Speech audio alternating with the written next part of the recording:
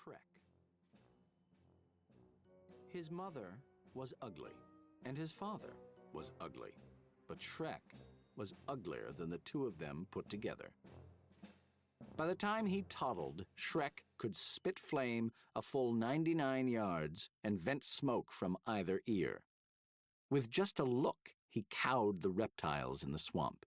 Any snake dumb enough to bite him instantly got convulsions and died. One day, Shrek's parents hissed things over and decided it was about time their little darling was out in the world doing his share of damage. So they kicked him goodbye, and Shrek left the black hole in which he'd been hatched. Shrek went slogging along the road, giving off his awful fumes. It delighted him to see the flowers bend aside and the trees lean away to let him go by.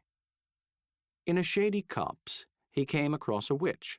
She was busy boiling bats in turpentine and turtle juice, and as she stirred, she crooned, "This is the way I cook my bats, stir my bats, taste my bats, season my bats in the morning, stew and brew and chew my bats, diddle and fiddle and faddle my bats early in the morning." "What a lovely stench," Shrek cackled. The witch specialized in horrors, but one single look at Shrek made her woozy. When she recovered her senses, Shrek said, "Tell my fortune, madam, and I'll let you have a few of my rare lice." "Splendid," crowed the witch. "Here's your fortune. Otchky, potchky, itchky, pitch. Pay attention to this witch. A donkey takes you to a knight. Him you conquer in a fight. Then you wed a princess who is even uglier than you. Ha ha ha! And cock-a-doodle. The magic words are apple strudel." "A princess?" Shrek cried. "I'm on my way." Soon he came upon a peasant singing and scything. "You there, varlet," said Shrek. "Why so blithe?" The peasant mumbled this reply, "I'm happy scything in the rye. I never stop to wonder why. I'll hone and scythe until I die. But now I'm busy, so goodbye." "Yokel!" Shrek snapped. "What have you in that pouch of yours?" "Just some cold pheasant." "Pheasant? Pheasant? What a pleasant present!" The last thing the peasant saw before he fainted was Shrek's glare warming up his dinner. Shrek ate and moved on. Wherever Shrek went, every living creature fled. How it tickled him to be so repulsive. Fat raindrops began sizzling on Shrek's hot knob. "Did you ever see somebody so disgusting?" said Lightning to Thunder. "Never," Thunder growled. "Let's give 'em the works." Lightning fired his fiercest bolt straight at Shrek's head. Shrek just gobbled it, belched some smoke, and grinned. Lightning, thunder, and rain departed. In high spirits, Shrek stalked on. At the edge of a woods, he found this warning nailed to a tree. "Hearken, stranger, shun the danger. If you plan to stay the same, you'd best go back from whence you came." Shrek, of course, swaggered right past. And sure enough, a little way into the woods, a whopper of a dragon barred his path. Shrek smiled and bowed. The dragon slammed him to the ground, but Shrek just lay there. He was amused. The irascible dragon was preparing to separate Shrek from his noggin, but Shrek got him between the eyes with a putrid blue flame. The poor dragon thudded over, unconscious for the day. An hour later, Shrek himself was unconscious. He had fallen asleep along the way. He dreamed he was in a field of flowers where children frolicked and birds warbled. Some of the children kept hugging and kissing him, and there was nothing he could do to make them stop. He woke up in a daze, babbling like a baby. It was only a bad dream, a horrible dream. Shrek wandered on. He was wondering if he'd ever meet his princess, when he saw a donkey grazing. Was this the donkey the witch had foretold? Shrek hurried over and tried the magic words. "Apple strudel." The donkey raised his sleepy eyes and brayed. "I gaze in the green as I graze in the green, seeking out the clover. I laze and spend my days in the green, a chewing, chomping rover." "You jabbering jackass," Shrek screamed. "Aren't you supposed to take me somewhere?" "I am, to the nutty knight who guards the entrance to the crazy castle where the repulsive princess waits." "Then take," Shrek shrieked, and he hopped onto the donkey's back. They soon came to a drawbridge where a suit of armor stood. Shrek knocked on the breastplate and demanded, "Who dwells inside this armor, and also in yonder castle?" "In here a fearless knight, in there a well-born fright," was the answer. "It's my princess," said Shrek, "the one I'm to wed." "Over my dead body," roared the fearless knight. "Over your dead body," Shrek agreed. "Not so brave, thou churlish knave," countered the knight. "Do me the honor to step aside so Shrek can go to meet his bride," Shrek commanded. "Magician's mercury, plumber's lead, I smite your stupid scabby head." And the knight smote. Shrek popped his eyes, opened his trap, and bellowed a blast of fire. The knight, red-hot, dove into the stagnant moat. With a nasty snort of triumph, Shrek crossed the bridge and marched into the castle, and there, for the first time ever, he found out what fear was. All around him were hundreds of hideous creatures. He was so appalled he could barely manage to spit a bit of flame. All those horrid others spat back. He started to run. They all ran. He lashed out at the nearest one, but what he struck was glass. Shrek was in the Hall of Mirrors. "They're all me!" he yodeled. "All me!" He faced himself full of rabid self-esteem, happier than ever to be exactly what he was. He strode on in, and his fat lips fell open. There before him was the most stunningly ugly princess on the surface of the planet. "Apple strudel," Shrek sighed. "Cock-a-doodle," cooed the princess. Said Shrek, "Your horny warts, your rosy wens, like slimy bogs and fusty fens, thrill me." Said the princess, "Your lumpy nose, your pointy head, your wicked eyes so livid red, just kill me." Said Shrek, "Oh, ghastly you, with lips of blue, your ruddy eyes with carmine styes, enchant me. I could go on, I know you know the reason why I love you so. You're ugly." Said the princess, "Your nose is so hairy, oh, let us not tarry. Your look is so scary, I think we should marry." Shrek snapped at her nose, she nipped at his ear. They clawed their way into each other's arms. Like fire and smoke, these two belonged together.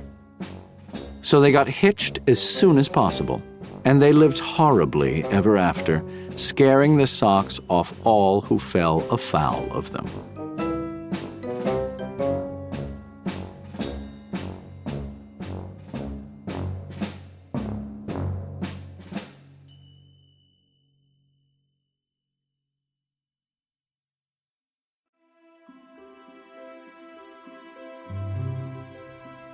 Brave Irene.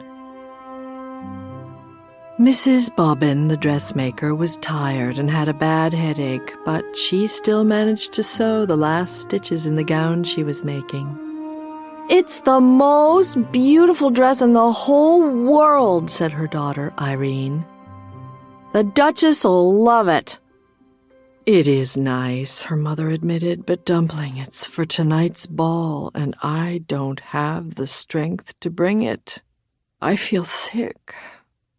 "Poor Mama," said Irene. "I can get it there." "No, Cupcake, I can't let you," said Mrs. Bobbin. "Such a huge package, and it's such a long way to the palace. Oh, besides, it's starting to snow." "But I love snow," Irene insisted. She coaxed her mother into bed, covered her with 2 quilts, and added a blanket for her feet. Then she fixed her some tea with lemon and honey, and put more wood in the stove. With great care, Irene took the splendid gown down from the dummy and packed it in a big box with plenty of tissue paper. "Dress warmly, Pudding," her mother called in a weak voice. "And don't forget to button up. It's cold out there and windy." Irene put on her fleece-lined boots, her red hat and muffler, her heavy coat, and her mittens. She kissed her mother's hot forehead 6 times, then once again, made sure she was tucked in snugly, and slipped out with the big box, shutting the door firmly behind her. It really was cold outside, very cold. The wind whirled the falling snowflakes about, this way, that way, and into Irene's squinting face. She set out on the uphill path to Farmer Bennett's sheep pasture. By the time she got there, the snow was up to her ankles, and the wind was worse. It hurried her along and made her stumble. Irene resented this. The box was problem enough. "Easy does it," she cautioned the wind, leaning back hard against it. By the middle of the pasture, the flakes were falling thicker. Now the wind drove Irene along so rudely she had to hop, skip, and go helter-skeltering over the knobby ground. Cold snow sifted into her boots and chilled her feet. She pushed out her lip and hurried on. This was an important errand. When she reached Apple Road, the wind decided to put on a show. It ripped branches from trees and flung them about, swept up and scattered the fallen snow, got in front of Irene to keep her from moving ahead. Irene turned around and pressed on, backwards. "Go home!" the wind squalled. "Irene, go home!" "I will do no such thing," she snapped. "No such thing, you wicked wind." "Go home," the wind yodeled. "Go home!"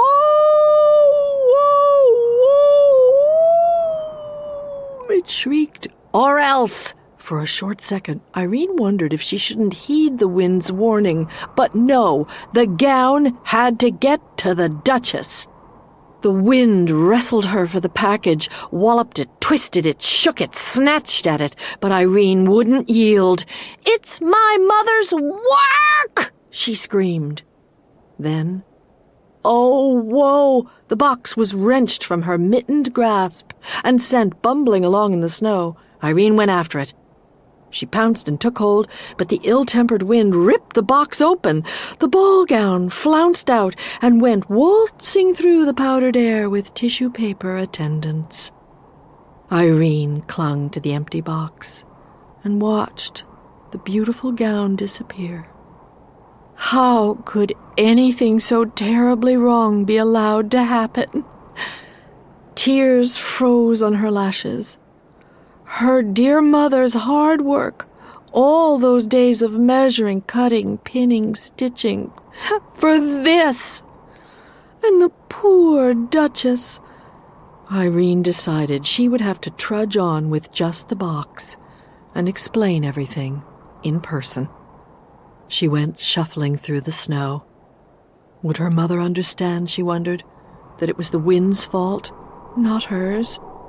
Would the Duchess be angry? The wind was howling like a wild animal.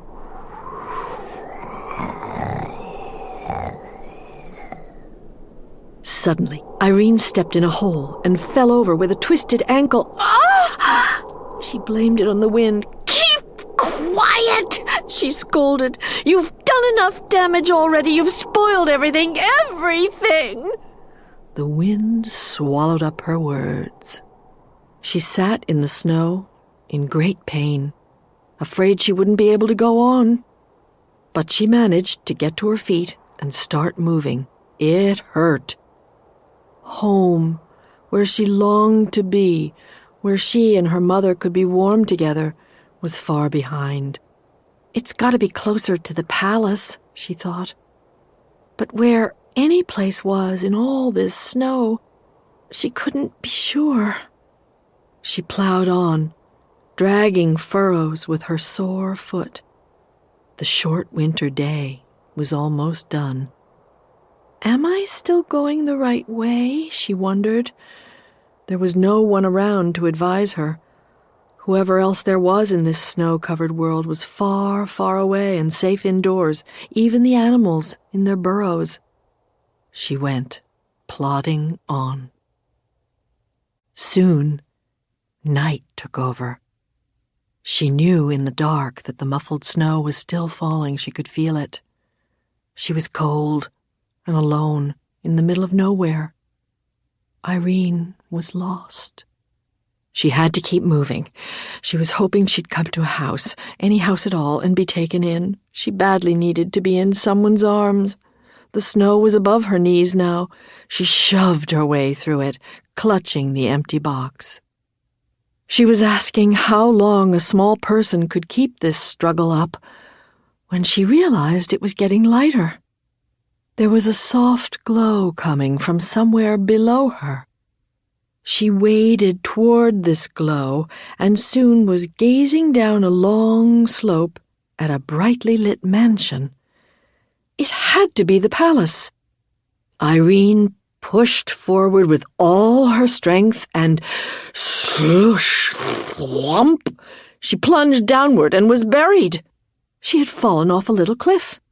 Only her hat and the box in her hands stuck out above the snow. Even if she could call for help, no one would hear her. Her body shook. Her teeth chattered. Why not freeze to death, she thought, and let all these troubles end? Why not? She was already buried. And never see her mother's face again? Her good mother, who smelled like fresh baked bread? In an explosion of fury, she flung her body about to free herself and was finally able to climb up on her knees and look around. How to get down to that glittering palace? As soon as she raised the question, she had the answer. She laid the box down and climbed aboard, but it pressed into the snow and stuck. She tried again, and this time, instead of climbing on, she leaped. The box shot forward like a sled. The wind raced after Irene, but couldn't keep up. In a moment she would be with people again, inside where it was warm. The sled slowed and jerked to a stop on paving stones. The time had come to break the bad news to the Duchess. With the empty box clasped to her chest, Irene strode nervously toward the palace. But then her feet stopped moving, and her mouth fell open. She stared. Maybe this was impossible, yet there it was, a little way off and over to the right, hugging the trunk of a tree, the beautiful ball gown. The wind was holding it there. "Mama!" Irene shouted.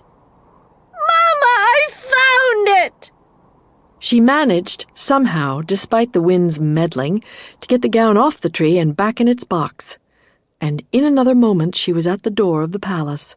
She knocked twice with the big brass knocker. The door opened, and she burst in. She was welcomed by cheering servants and a delirious Duchess. They couldn't believe she had come over the mountain in such a storm, all by herself. She had to tell the whole story, every detail, and she did. Then she asked to be taken right back to her sick mother. But it was out of the question, they said. The road that ran round the mountain wouldn't be cleared till morning. "Don't fret, child," said the Duchess. "Your mother is surely sleeping now. We'll get you there first thing tomorrow." Irene was given a good dinner as she sat by the fire, the moisture steaming off her clothes. The Duchess, meanwhile, got into her freshly ironed gown before the guests began arriving in their sleighs. What a wonderful ball it was! The Duchess in her new gown was like a bright star in the sky. Irene, in her ordinary dress, was radiant. She was swept up into dances by handsome aristocrats who kept her feet off the floor to spare her ankle. Her mother would enjoy hearing all about it. Early Early the next morning, when snow had long since ceased falling, Mrs. Bobbin woke from a good night's sleep feeling much improved. She hurried about and got a fire going in the cold stove. Then she went to look in on Irene. But Irene's bed was empty. She ran to the window and gazed at the white landscape. No one out there. Snow powder fell from the branch of a tree. "Where is my child?" Mrs. Bobbin cried. She whipped on her coat to go out and find her. When she pulled the door open, a wall of drift faced her. But peering over it, she could see a horse-drawn sleigh hastening up the path, and seated on the sleigh, between two large footmen, was Irene herself, asleep, but smiling. Would you like to hear the rest? Well, there was a bearded doctor in the back of the sleigh, and the Duchess had sent Irene's mother a ginger cake with white icing, some oranges and a pineapple, and spice candy of many flavors, along with a note saying how much she cherished her gown, and what a brave and loving person Irene was. Which, of course, Mrs. Bobbin knew. Better than the Duchess.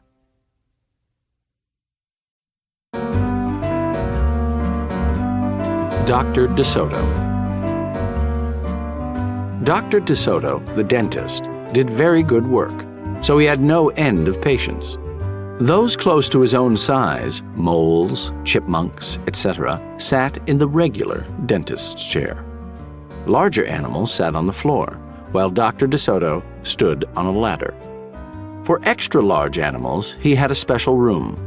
There, Dr. DeSoto was hoisted up to the patient's mouth by his assistant, who also happened to be his wife.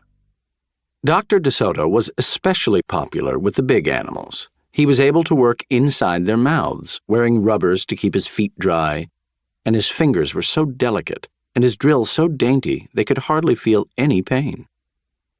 Being a mouse, he refused to treat animals dangerous to mice, and it said so on his sign. When the doorbell rang, he and his wife would look out the window. They wouldn't admit even the most timid-looking cat. One day, when they looked out, they saw a well-dressed fox with a flannel bandage around his jaw. "I cannot treat you, sir," Dr. DeSoto shouted. "Sir, haven't you read my sign?" "Please," the fox wailed, "have mercy. I'm suffering." And he wept so bitterly it was pitiful to see. "Just a moment," said Dr. DeSoto. "That poor fox," he whispered to his wife. "What shall we do?" "Let's risk it," said Mrs. DeSoto. She pressed the buzzer and let the fox in. He was up the stairs in a flash. "Bless your little hearts," he cried, falling to his knees. "I beg you, do something. My tooth is killing me."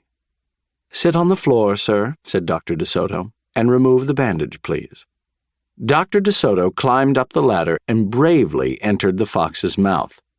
"Ooh, wow," he gasped.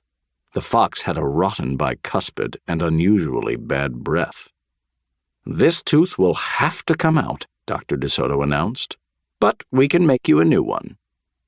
"Just stop the pain," whimpered the fox, wiping some tears away. Despite his misery, he realized he had a tasty little morsel in his mouth, and his jaw began to quiver. "Keep open," yelled Dr. DeSoto. "Wide open," yelled his wife. "I'm giving you gas now," said Dr. DeSoto. "You won't feel a thing when I yank that tooth." Soon the fox was in dreamland. Yummy," he mumbled. "How I love 'em raw, with just a pinch of salt. And a dry, white wine." They could guess what he was dreaming about. Mrs. DeSoto handed her husband a pole to keep the fox's mouth open. Dr. DeSoto fastened his extractor to the bad tooth. Then he and his wife began turning the winch. Finally, with a sucking sound, the tooth popped out and hung swaying in the air. "I'm bleeding," the fox yelped when he came to. Dr. DeSoto ran up the ladder and stuffed some gauze in the hole. "The worst is over," he said. "I'll have your new tooth ready tomorrow. Be here at 11 sharp." The fox, still woozy, said goodbye and left. On his way home, he wondered if it would be shabby of him to eat the De Sotos when the job was done.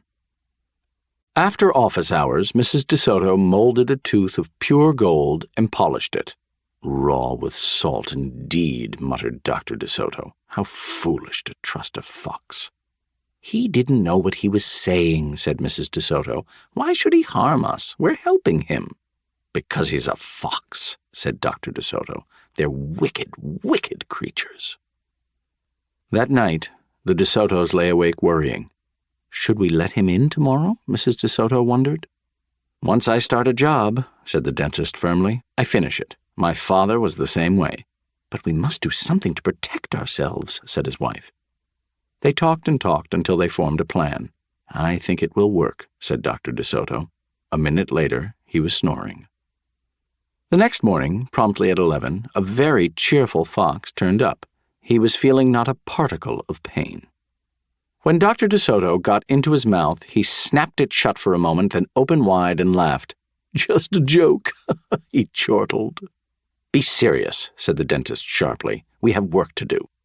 His wife was lugging the heavy tooth up the ladder.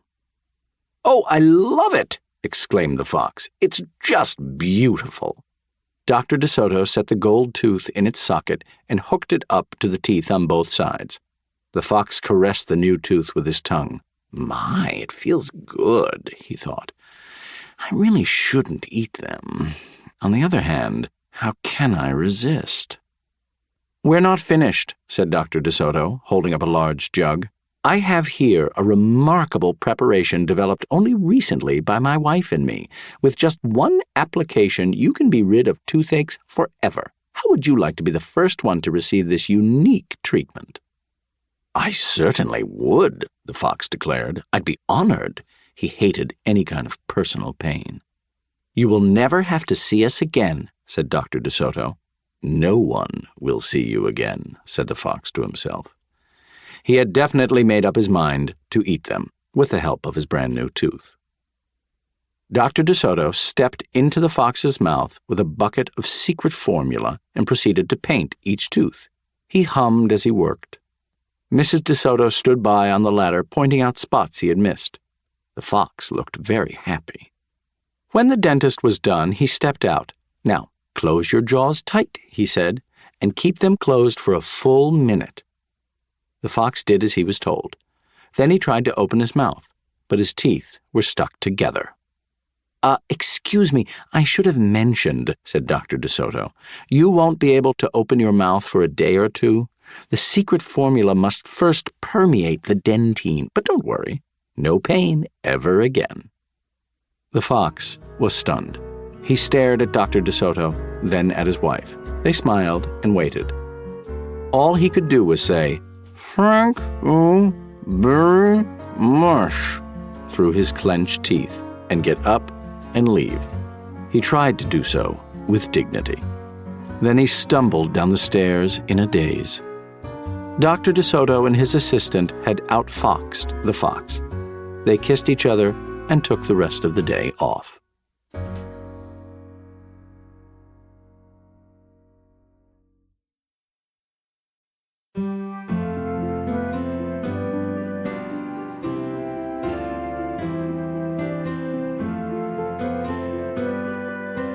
The Amazing Bone.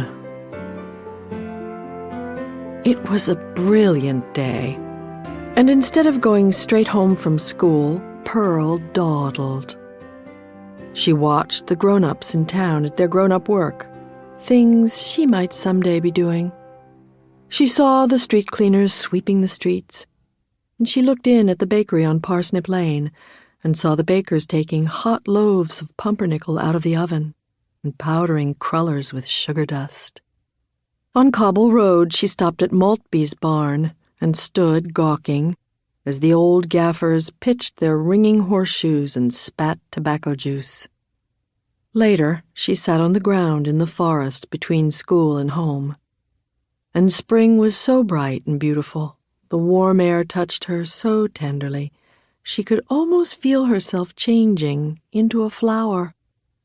Her light dress felt like petals, I love everything, she heard herself say.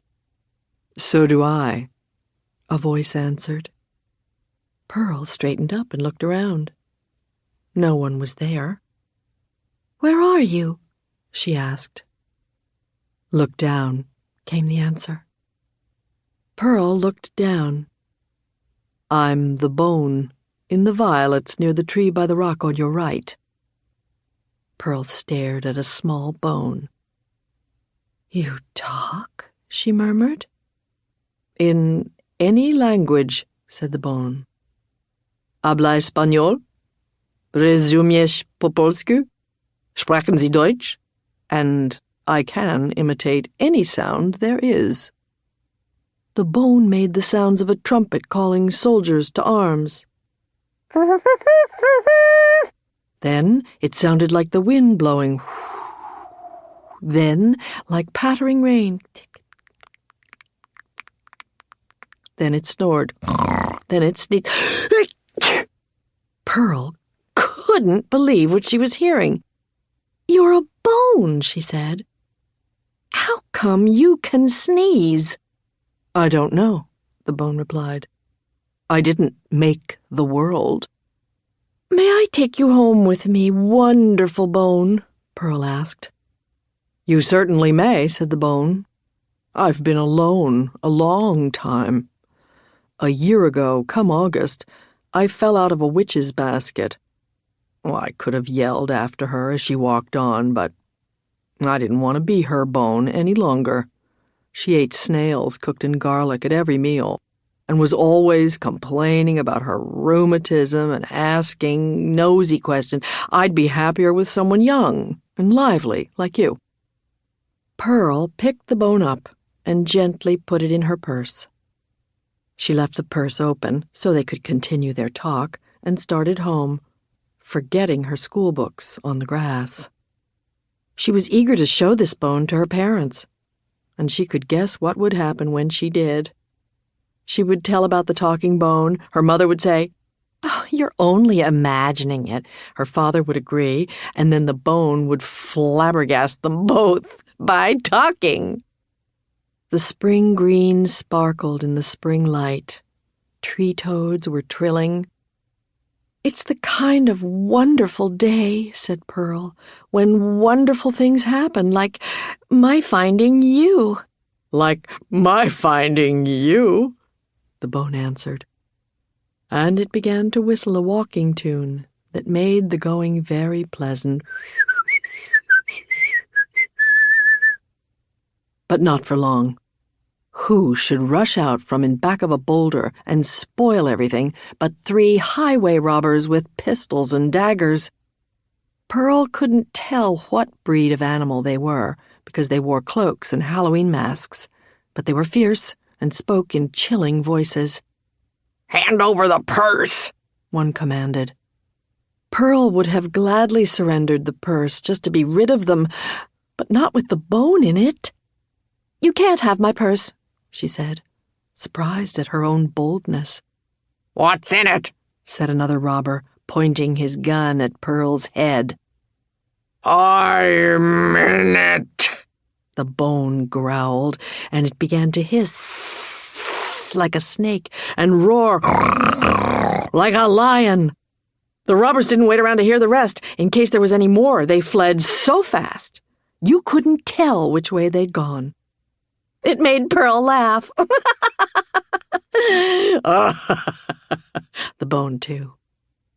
They continued on their way, joking about what had just happened and chatting about this and that. But it wasn't long before a fox stepped forth from behind a tree and barred their path. He wore a sprig of lilac in his lapel. He carried a cane. And he was grinning so the whole world could see his sharp white teeth. "Hold everything," he said. Pearl froze. "You're exactly what I've been longing for," he went on, young, plump, and tender. "You will be my main course at dinner tonight." And he seized Pearl in a tight embrace. "Unhand her, you villain!" the bone screamed, "or I'll bite your ears off!" "Who is that speaking?" asked the surprised fox. "A ravenous crocodile who dotes on fresh fox chops. That's who," answered the bone. The wily fox was not as easily duped as the robbers. He saw no dangerous crocodile. He peered into Pearl's purse, where the sound seemed to be coming from, and pulled out the bone. "As I live and flourish," he exclaimed, "a talking bone. I've always wanted to own something of this sort." And he put the bone in his pocket, where it roared and ranted to no avail. Pushing Pearl along, the fox set out for his hideaway. Pearl's sobs were so pitiful, the fox couldn't help feeling a little sorry for her, but he was determined she would be his dinner. "Please, Mr. Fox," Pearl whimpered, "may I have my bone back, at least until I have to die?" "Oh, all right," said the fox, disgusted with himself for being so soft-hearted, and he handed her the bone, which she put back in her purse. "You must let this beautiful young creature go on living," the bone yelled. "Have you no shame, sir?" The fox laughed. "Why should I be ashamed? I can't help being the way I am. I didn't make the world." The bone commenced to revile the fox. "You coward," it sneered. "You worm, you odoriferous wretch." These expletives were annoying. "Shut up, or I'll eat you," the fox snarled. "It would be amusing to gnaw on a bone that talks and screams with pain." The bone kept quiet the rest of the way, and so did Pearl. When they arrived at the fox's hideaway, he shoved Pearl, with her bone, into an empty room and locked the door. Pearl sat on the floor and stared at the walls. "I know how you feel," the bone whispered. "I'm only just beginning to live," Pearl whispered back. "I don't want it to end." "I know," said the bone. "Isn't there something we can do?" Pearl asked. "I wish I could think of something," said the bone, "but I can't. I feel miserable." "What's that?" Pearl asked. She'd heard some sounds from the kitchen. "He's sharpening a knife," the bone whispered. "Oh, my goodness!" Pearl sobbed. "And what's that?" "Sounds like wood being put into a stove," answered the bone. "I hope it won't all take too long," said Pearl. She could smell vinegar and oil. The fox was preparing a salad to go with his meal. Pearl hugged the bone to her breast. "Bone, say something to comfort me." "You are very dear to me," said the bone. "Oh, how dear you are to me," Pearl replied. She could hear a key in the lock and was unable to get another word out of her throat or turn her eyes toward the door. "Be brave," the bone whispered. Pearl could only tremble. She was dragged into the kitchen, where she could see flames in the open stove. "I regret having to do this to you," sighed the fox. "Oh, it's nothing personal." "Yabam!" said the bone suddenly, without knowing why he said it. "What was that?" said the fox, standing stock still. "Yibam sibibble," the bone intoned. "Jibraken sibibble digray." And something quite unexpected took place. The fox grew several inches shorter. Alabam Chinook be boppet gebuzzle, the bone continued, and miraculously the fox was the size of a rabbit. No one could believe what was happening, not Pearl, not the fox, not even the bone, whose words were making it happen. Dunis ish gulak keep buckin yabap, it went on. The fox, clothes and all, was now the size of a mouse. Scrab boonet, the bone ordered, and the mouse, that is, the minuscule fox, scurried away and went into a hole. I didn't know you could do magic, Pearl breathlessly exclaimed. Neither did I, said the bone. Well, what made you say those words? I wish I knew, the bone said. They just came to me. I had to say them. I must have picked them up somehow, hanging around with that witch. You're an amazing bone, said Pearl. And this is a day I won't ever forget. It was dark when they reached Pearl's house. The moment the door swung open, she was in her mother's arms, and right after that, in her father's.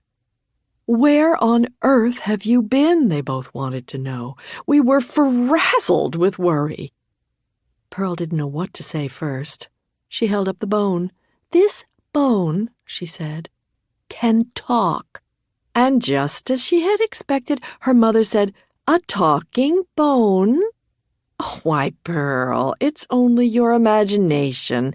And her father said something similar. And also, as Pearl had expected, the bone astonished them both by remarking, You have an exceptional daughter. Before her parents had a chance to get over their shock, Pearl began telling the story of her day's adventure. And the bone helped out. It was all too much for Pearl's parents, until they got used to it. The bone stayed on and became part of the family. It was given an honored place in a silver tray on the mantelpiece. Pearl always took it to bed when she retired, and the two chatterboxes whispered together until late in the night. Sometimes the bone put Pearl to sleep by singing or by imitating soft harp music. Anyone who happened to be alone in the house always had the bone to converse with, and they all had music whenever they wanted it, and sometimes even when they didn't.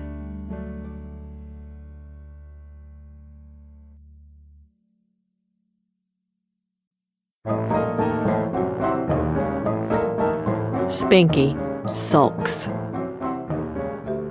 Spinky came charging out of the house and flung himself on the grass. He couldn't even see the dandelions he was staring at. He was so upset.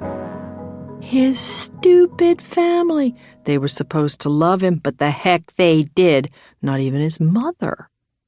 In a while, his sister, Wilhelmina, came out and said, I'm sorry I called you Stinky. Spinky? Spinky didn't answer. Spinkalink, she said. I apologize. Spinky still didn't answer, so she went back inside. Now she apologizes, he muttered. A little later, Spinky's brother, Hitch, appeared and touched him with a finger. Spinky shook it off. You were absolutely right, Hitch said. I looked it up. Philadelphia is the capital of Belgium. Spinky turned his back. His brother's slimy voice was more than he could bear. Spinks! It's lunchtime, said Hitch. Mama wants you in the house. Instead of answering, Spinky went and climbed the big tree. His parents were watching from the window. Poor kid. He's so sensitive, said his mother. I better go talk to him, Harry. Ruby, don't, his father said. He needs to simmer down. He's got no reason to sulk. When it started getting dark, Spinky's mother came outside. She kissed him over and over and told him she loved him with all her heart, ever since the minute he was born, and even before that. Then she covered him with a blanket and kissed him again. and it was no fake kiss. But Spinky lay there like a stone. He wasn't interested in kisses that came too late. The next morning, when Spinky's father left for work, Spinky was nowhere in sight. 2 seconds later, he was in the back of the house, kicking a kerosene can. "Some father!" he snorted. At noon, Spinky's mother brought him a tray. Spinky didn't even look at her. All of a sudden, they're being nice, he thought. When she came back, the tomato soup and the asparagus were still there, but the crullers and the grapes were gone. Hitch and Wilhelmina kept finding Spinky in different places. They'd try to pry a word out of him, or they'd just pass him by. Hitch got down on his ugly knees once and begged to be forgiven for anything he had ever done that Spinky took exception to. This only made Spinky loathe him all the more. Spinky's mother sat with him and held his hand, but his arm hung down like a noodle. Wilhelmina picked some daisies and stuck them in the hammock. Spinky threw them out. Around 4 o'clock, a circus parade came marching by. "Look, Spinky," his mother cried. "Clowns! Elephants!" But he wouldn't even glance in that direction. What a family.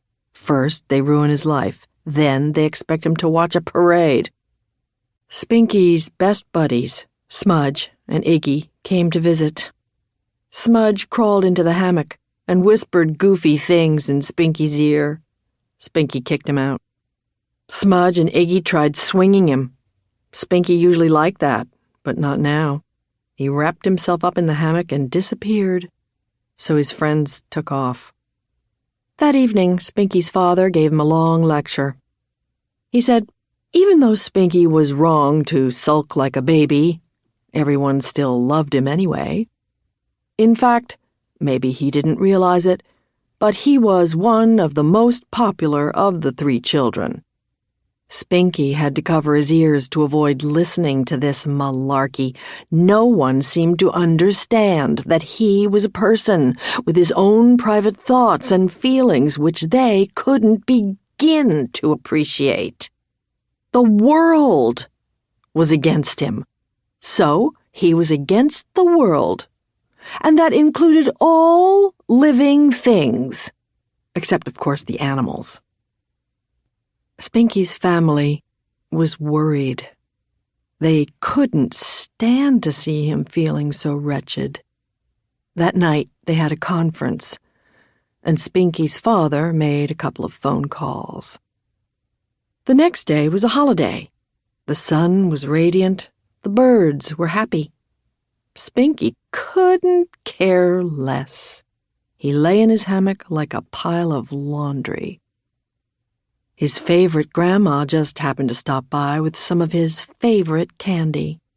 She gave him a big, fat hug, but Spinky went limp in her arms.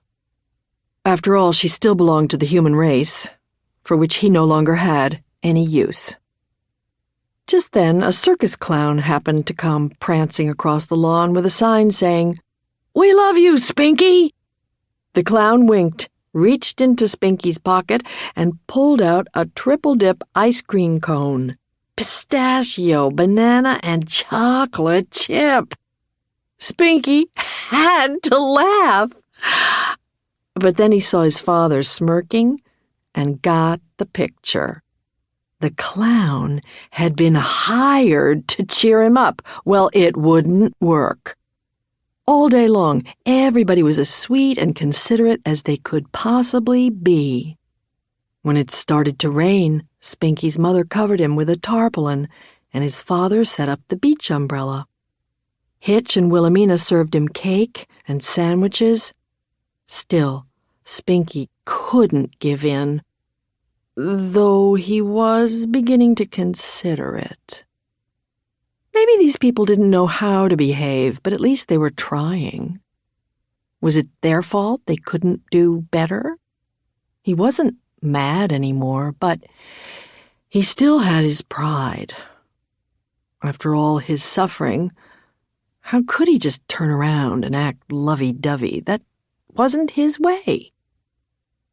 Spinky lay awake, wondering how to give in and still keep his self-respect. He decided he would take them by surprise. Before dawn, he stole into the house and tiptoed about, very busy with secret business. In the morning, the whole family drifted down to the dining room in a dreary mood. Laid out before them was a splendiferous feast, and there stood a garish clown inviting them to join him. Of course, they knew who it was. They laughed so hard it was a long time before they could stop. After that, Spinky's family was much more careful about his feelings. Too bad they couldn't keep it up forever.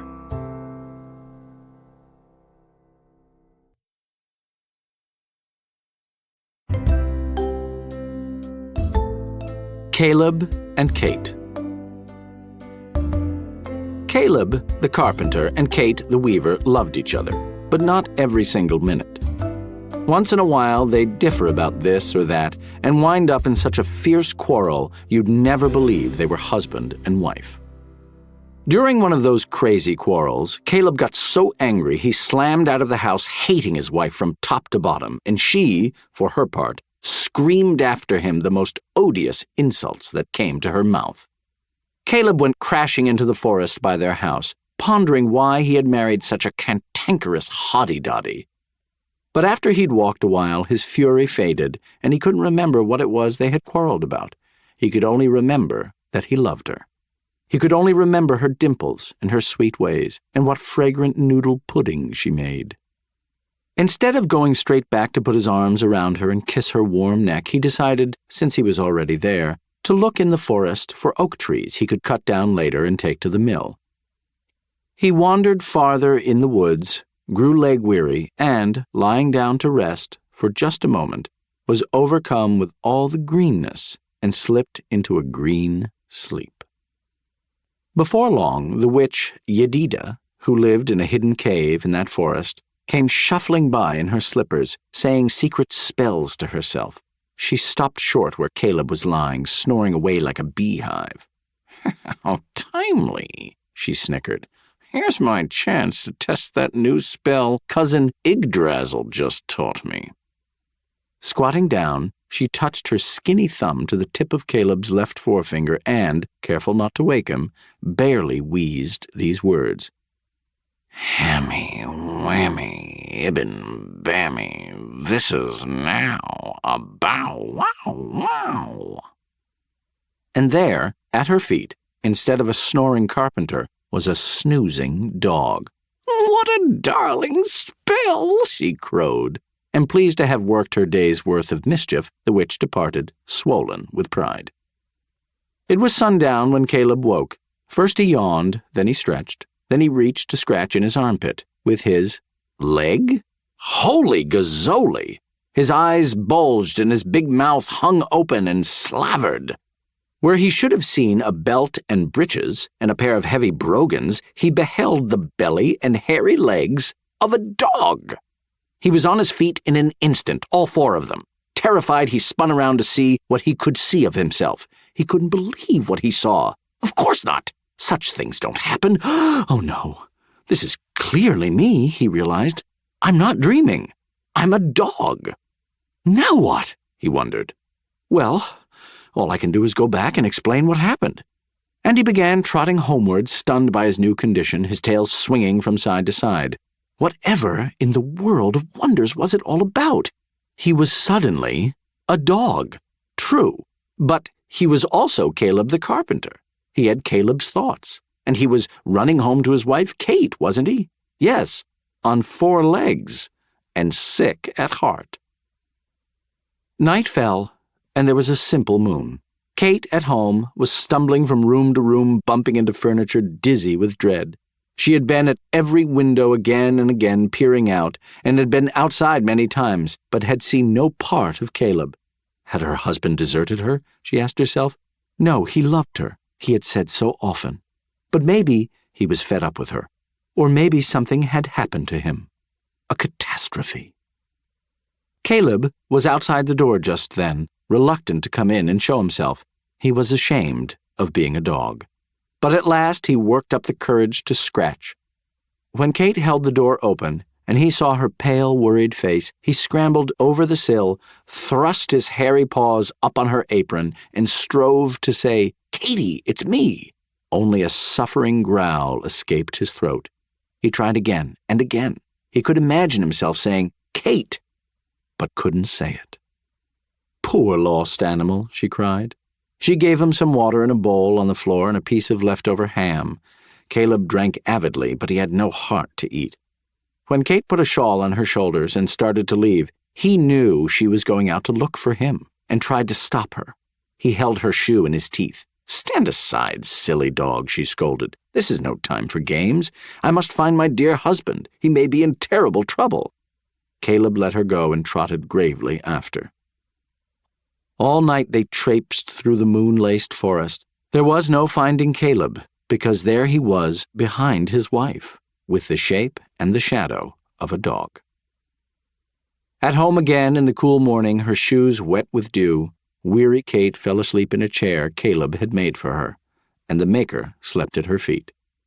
When they woke at noon, Kate searched again in the forest, with the woe-begone Caleb dogging her heels, sniffing the ground for no good reason except that he felt he had to.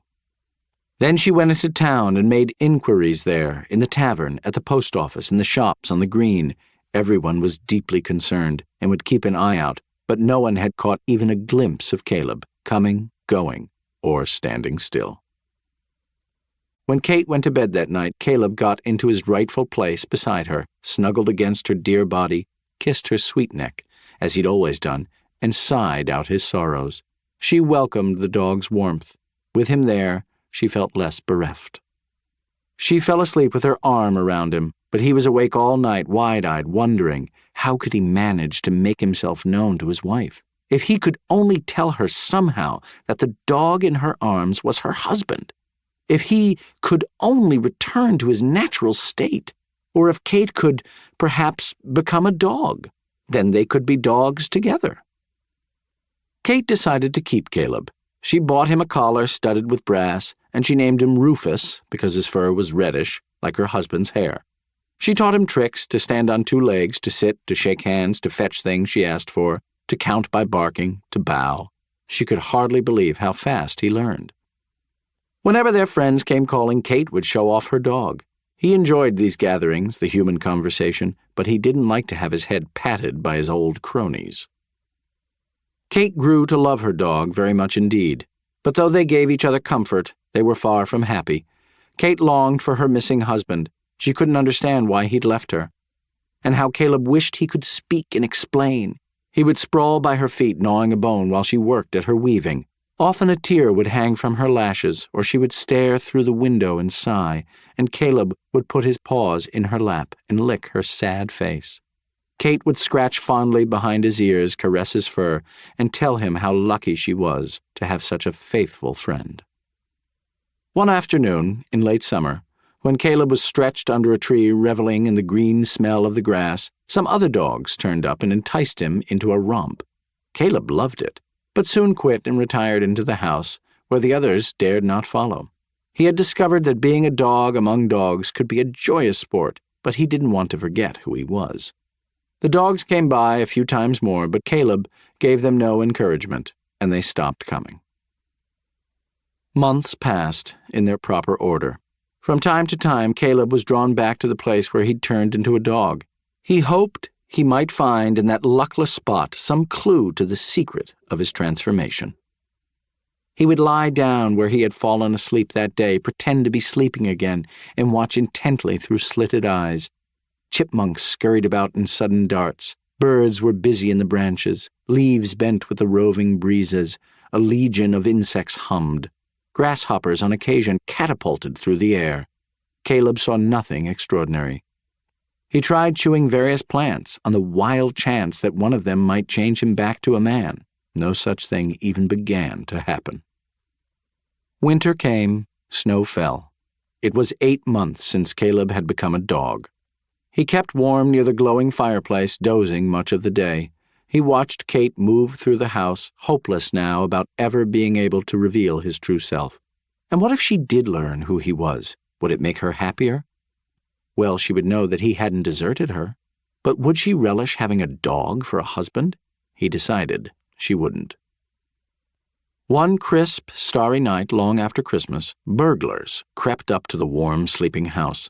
They deftly pried open a window and stole into the parlor with a drift of icy air. But Caleb was instantly up and barking. He scurried through the bedroom door straight at the intruders. "Fry this stupid mongrel!" cried the shorter burglar, trying to fend him off. Caleb locked his jaws on the man's arm. The taller burglar seized Caleb by the collar, but Caleb held fast. Kate, torn from her dreams by the hubbub, saw her brave dog fighting 2 men and ran to help. She pummeled the one who had hold of Caleb and pulled his coarse hair. He wheeled and flung her to the floor, hissing broken curses through his beard. That very instant, Caleb rushed him, hoarsely snarling and showing his dangerous fangs. The terrified thief drew a knife from a pocket in his rags and slashed crazily at Caleb, slicing a bit of skin off a toe on his front paw. A miracle! Caleb didn't yelp with pain. He yelled the word, "Ouch!" And holding his injured paw to his mouth, he was astounded to find it a bleeding hand. The thief had cut the toe that had been the finger through which the witch Yedida had worked her spell, and the spell was undone. Caleb was Caleb again, clad in his old clothes. "It's me!" he shouted exultantly. Kate gaped. Then, "Caleb!" she shrieked. The thieves, frightened to the point of insanity, dived through the window and vanished. They ran so fast they left no footprints in the snow. Caleb and Kate leaped into each other's arms and cleaved together for a long time. Much later, when they were able to talk intelligently, Caleb told her, or tried to tell her, what had happened, so far as he knew. What had actually happened, they never found out. Like many another thing, it remained a mystery.